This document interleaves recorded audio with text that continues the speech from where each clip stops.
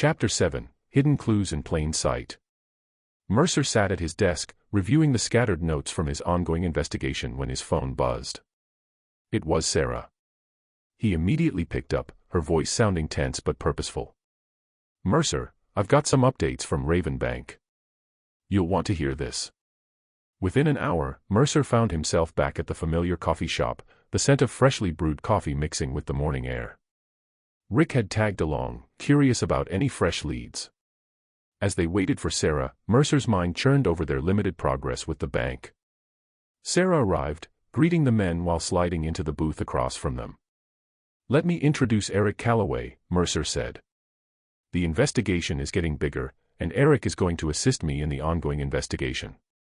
Rick nodded. "Nice to meet you, Sarah," he said, his voice calm but watchful. Sarah gave him a small smile before turning back to Mercer. "So, I've done what I can at the bank," she began, her voice low. "But there's not much I can pull on some of these newer companies. I don't have the right clearance to dig into their internal files." Mercer leaned forward, sensing the tension in her words. "What did you find?" She handed him a slip of paper. "These two companies stood out to me, Crestmoor Investments and Halcyon Industries.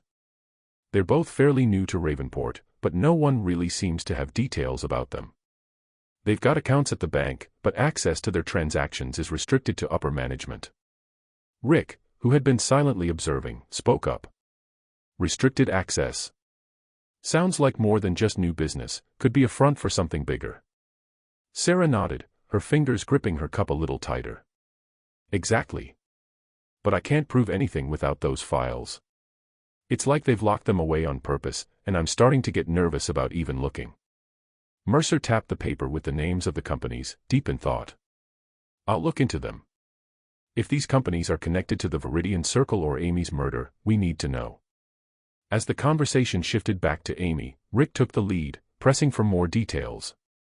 "Sarah, you mentioned before that Amy was acting off in her last few weeks. Did she ever talk about Lucas? Were there signs of trouble?" Sarah sighed, clearly uncomfortable discussing her friend. Amy was distant. She mentioned Lucas all the time, she was clearly in love.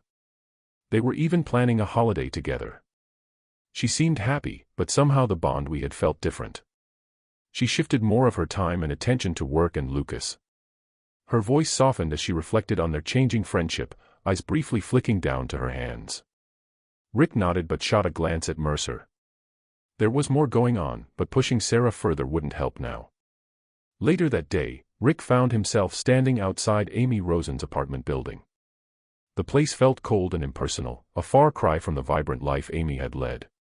He pushed open the door to her apartment, scanning the room for anything that might offer insight into her last days. The first thing that caught his eye was Amy's phone, tucked beneath a pile of papers on her desk. Rick hesitated for a moment, aware that this phone was more than just a device, it could be a key piece of evidence. Finally, he slipped it into his pocket, making a mental note to have it analyzed later. As he moved through the small living space, a collection of framed photos caught his attention. Most of them were of Amy and Sarah, smiling and carefree, their bond clear in each shot.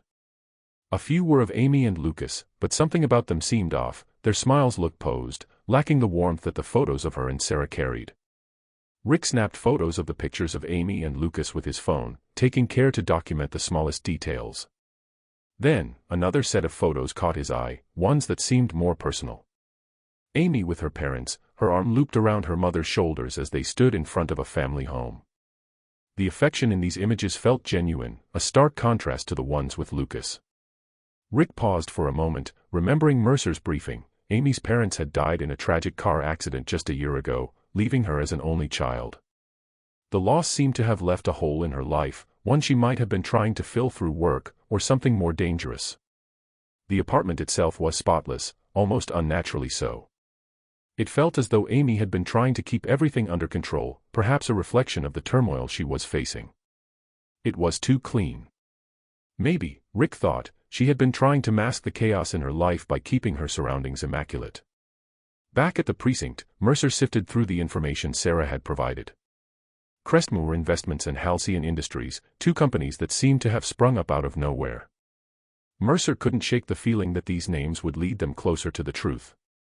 He would have to tread carefully. If these companies were connected to Ravenbank's shady dealings or the Viridian Circle, confronting them directly could put both him and Sarah at risk. But it was a risk he was willing to take. Rick returned from Amy's apartment, placing her phone on Mercer's desk. "Found her phone," he said. And there were some interesting photos. Most of her and Sarah, only a few of her and Lucas, and some with her parents. "It feels off." Mercer looked up from his notes. "Off how?" "Just a gut feeling," Rick replied, taking a seat. "Something doesn't add up with Lucas. I'll go through the phone later, might tell us more." Mercer nodded but hesitated before speaking again. "There's something I need to run by you." Rick raised an eyebrow. "What's that?" "Sarah's been helping me inside Ravenbank. She's been digging up what she can on their clients and operations, but it's risky. And Evelynn doesn't know about it." Rick crossed his arms, leaning back in his chair. "You're keeping this from Evelynn?" "I don't want her pulling Sarah out. We need someone on the inside, and Sarah's the only one willing to help right now." Rick remained silent for a moment, weighing the situation. "You're asking me to keep quiet about it, aren't you?" Mercer met his gaze. "Yeah, I am." There was a long pause before Rick finally sighed. "All right. I won't tell her. But if this backfires, it's on you, Mercer. Sarah's sticking her neck out for you, don't let it cost her more than she can afford." Mercer gave a nod, relieved that Rick was on board. "I know the risks. But right now, we don't have another choice." Rick stood, giving Mercer a final glance before leaving the room. "Just make sure this doesn't blow up in your face.